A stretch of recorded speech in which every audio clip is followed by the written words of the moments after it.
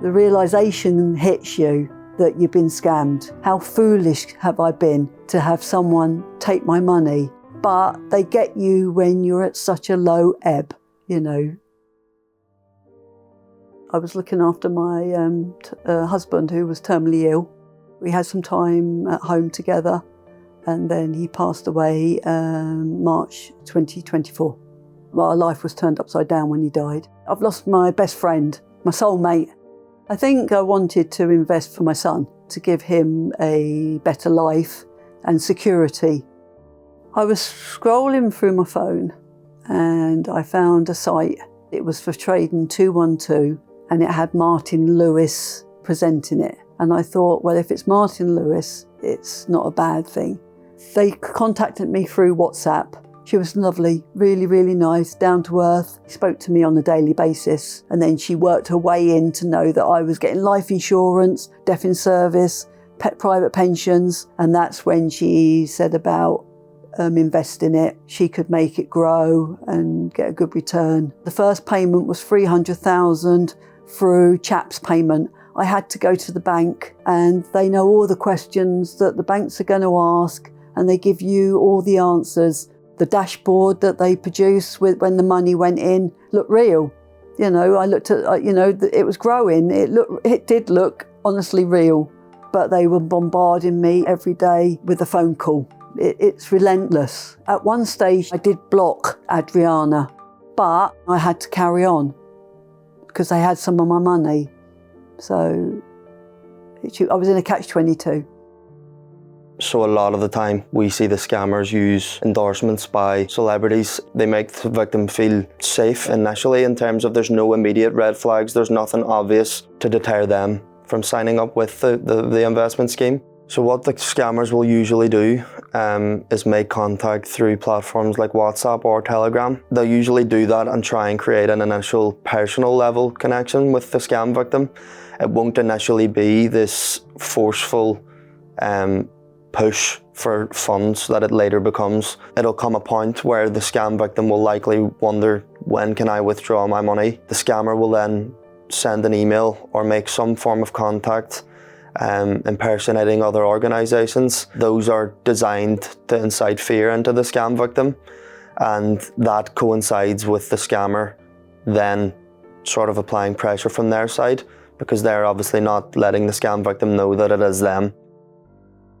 She promised me that I could take out money as and when I needed it, but my funds were dwindling and that's when I couldn't get it to start with.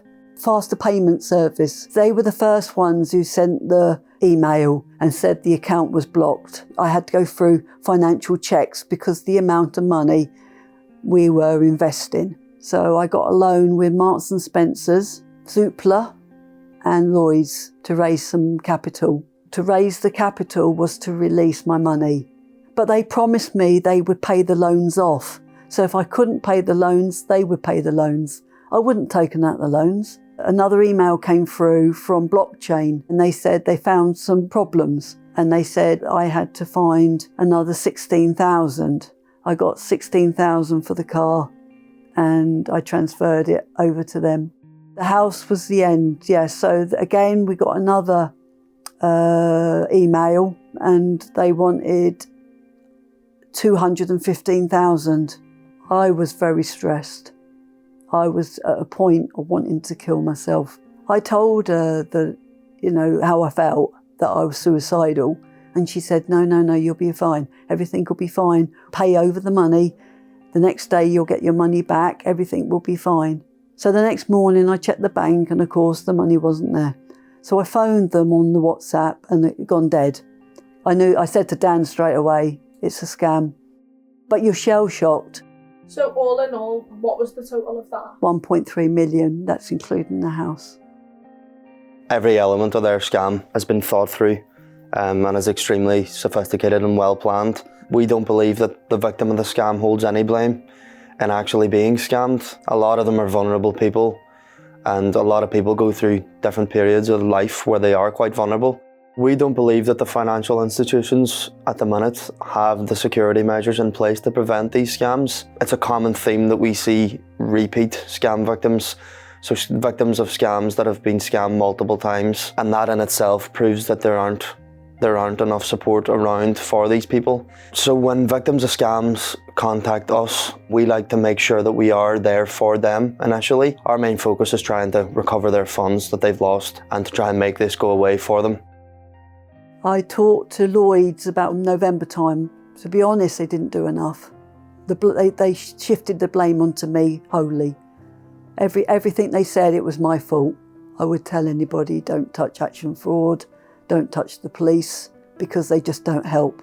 My sister-in-law actually, she found some websites. CEL came up and it had good Trustpilot reports, and then I went through the Law Society to make sure that you were a legit company.